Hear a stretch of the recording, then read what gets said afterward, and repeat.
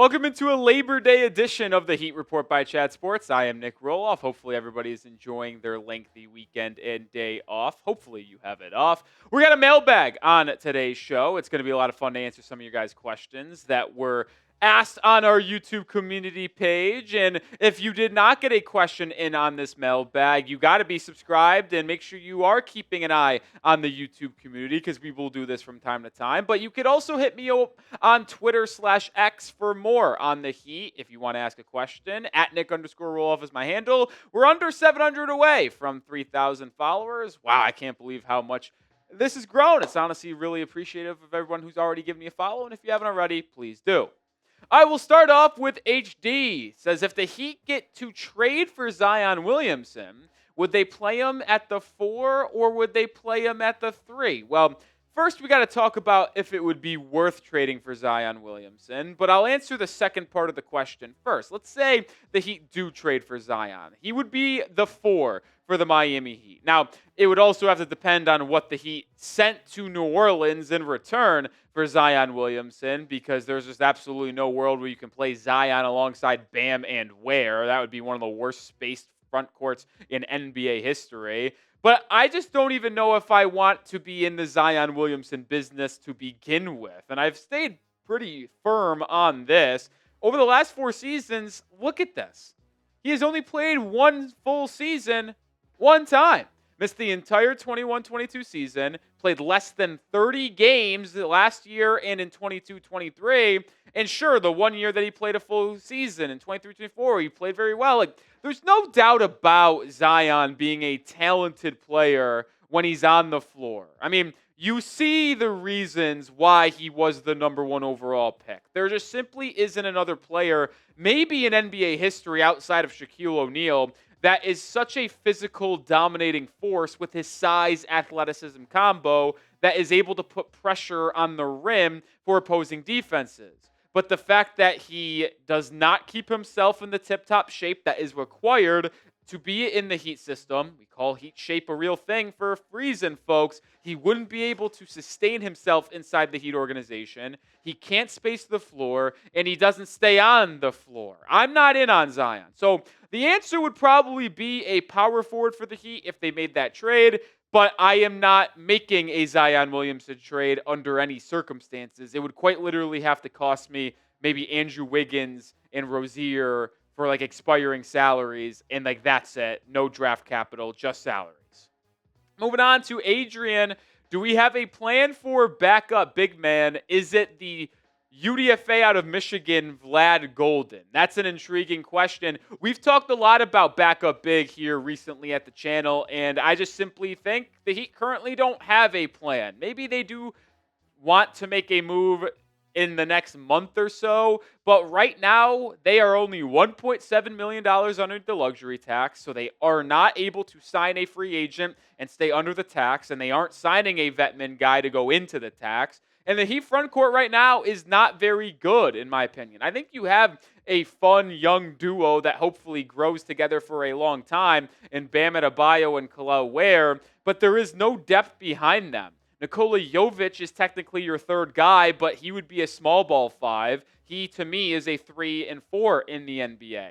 Kashad Johnson has played small ball 5 for the Heat Summer League and G League in the past, but I think that would be a bad decision for Miami to try that in the NBA. And then the aforementioned UDFA Vlad Golden, who is currently on a 2-way deal, allows him to play up to half the games this season, but he is not currently eligible to play in the playoffs if the Heat made it, because you cannot play on a 2-way contract if you are in the NBA playoffs. So the point is, yes, the Heat need to make a move. The question is, how do they create space? How do they create a roster spot? They have one spot open, but they would need to create some more cap space. Do the Heat need to add another big man? I would be typing my whys, but let me know your thoughts. Pin comment on today's show. Get in the comment section and answer today's question. Leo, what do you think about potentially buying out Rozier and stretching the remainder of his contract? Well, I will say those are two different things. You're talking about a buyout and a stretch and waive. I'll answer this. It won't be a stretch and waive. The deadline to perform that roster maneuver was last Friday, August 29th. The Heat did not do that, So that is currently not on the table for the Heat. So if they wanted to get rid of Rozier, they have two options. Well, three options. They got to make a trade, or they have to flat out waive him / buy him out. Those are two different things, though. And I doubt that they agree to a buyout. We did a video about this, ironically, last Friday as well on the waive and stretch deadline day. I don't think Rozier would agree to a buyout anytime soon because there would be no other NBA team that would sign him and add him to their roster. And Rozier would not agree to a buyout for less money than he is currently owed if he doesn't have another potential team that he can go join. Waiving is a different story because that is basically just cutting him, and you save $1.7 million in contract because he has $26.6 million owed to him over this next year, but there is only $24.9 million of it guaranteed, which means if you waived him before the year, you save 1.7 mil. That probably makes more sense for Miami. It would put them at $3.3 million in space underneath the luxury tax, which would allow them to sign a free agent big like Kai Jones or Precious Achiuwa. That adds to this roster, but also keeps them underneath the luxury tax. So that is a potential maneuver that I could see Miami going down, but I also know this front office and organization doesn't like paying people not to play for them. So that is a hurdle that we would probably have to jump over. A couple more questions to come, but get started with PrizePicks. How about PrizePicks being back in?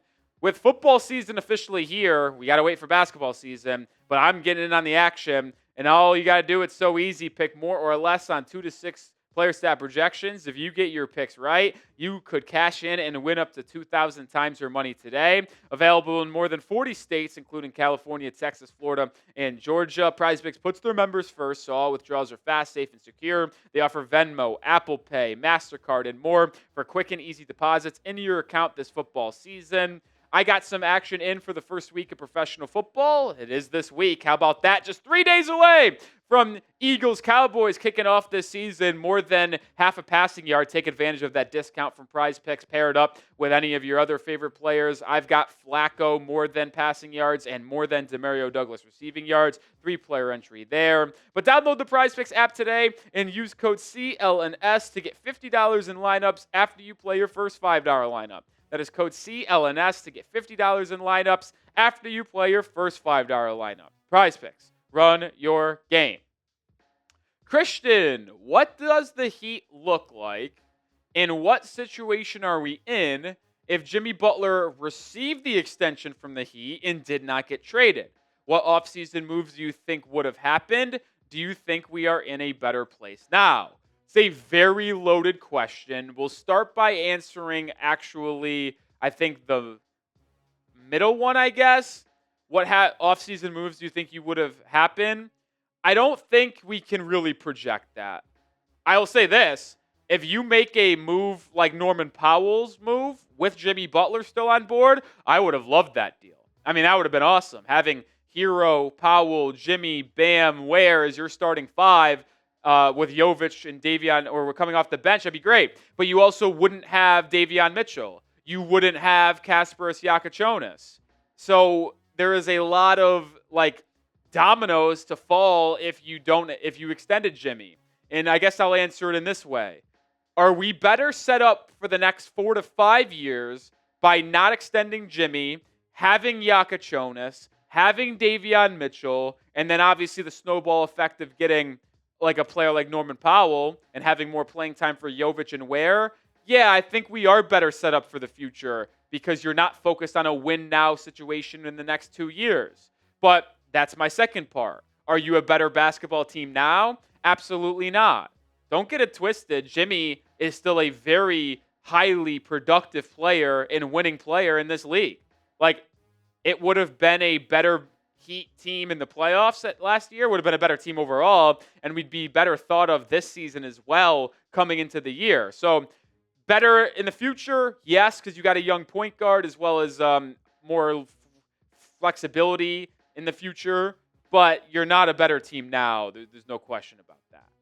Stevie Too Hottie with a question. Should the Heat look into signing Malik Beasley, the free agent guard who played for the Pistons last season? Well, intriguing player. He did get cleared of investigations from the FBI about 2 or 3 weeks ago, which was the only reason why he was still a free agent, one of the top free agents in the offseason coming into this year.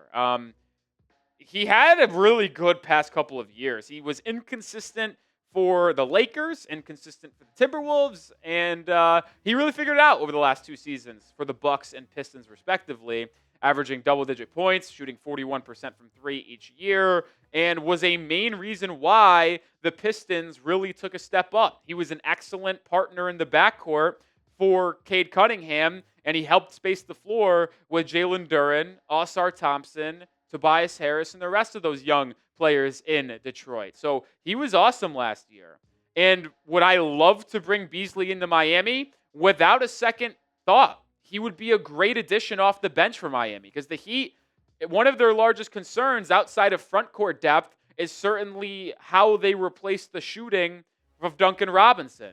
You're going to have Norman Powell do that, have Jaquez improve, Larson improve, Jovic do it, but that's a big three-point shooter and spacer that you lost in Duncan. Malik Beasley would be able to fill that void off the bench very easily. Now, it's probably has no chance of happening because I doubt Miami would sign another player, even if it was for cheap, that has the same type of, I guess, smoke around them in the gambling scene of Terry Rozier. Like, I doubt they would do that. Plus, you can't sign him and stay underneath the luxury tax. And I don't think Miami would sign him going into the tax. You could have maybe thought about doing it if you did stretch and waive Rozier on Friday, creating $16 million in space, and then signing Beasley. But then it goes back to my first point of would they want to get rid of someone with a gambling question mark around them and sign someone who also has that. I don't know. I would be interested in bringing him in, but it's basically impossible and not going to happen. Make sure you are subscribed because we have Miami Heat rumors all year long. Subscribe and join the channel today, whether it be news, trade rumors, mailbags, watch parties in October, November. We'll be here. Join the family. Final question, chosen one. Should we extend Nikola Jovic before the season, and what would the contract be? I have grown fully into extend Nikola Jovic. I am a Jovic FC founder. There's no question about that. But I was very hesitant to extend him because he's had such an injury history. Only played 46 games in each of the last 2 seasons. But based off seeing him play with Team Serbia in Eurobasket and seeing how the coaching staff is speaking about him this offseason, I think he's going to be in for a year 4 breakout, especially with an expanded role for this Heat team. And I think I would be very much down to sign him to a 3-year, $45 million extension right now. $15 million per season. I've seen The Athletic project a 4 for $60. I've seen $13 million per season. I think 3 years is the perfect amount because there is a lot of question marks around Jovic and his long-term ability to stay on the court and fit with Miami. But $15 million is also a really good bargain. That's why I think 3 for $45 is the perfect deal. Just a little bit more than the mid-level, non-taxpayer mid-level. Nothing more. Like, that's perfect. Gives Jovic long-term security. Gives Miami a chance to not put all of their eggs in his basket. And it also doesn't shortchange Jovic either. I think that's a really good deal for both sides. Would keep Nikola here for 4 years. If they don't get an extension done, this is the final year of his rookie contract before he becomes a restricted free agent next offseason. That'll do it for today's show. If the Heat do make any moves, we'll have you covered on my Twitter before making a video. So go give me a follow at Nic_Rohloff. And as I mentioned, if you missed out on getting on today's mailbag, you can get in on the question asking by hitting me up over on Twitter. So go find me over on Twitter.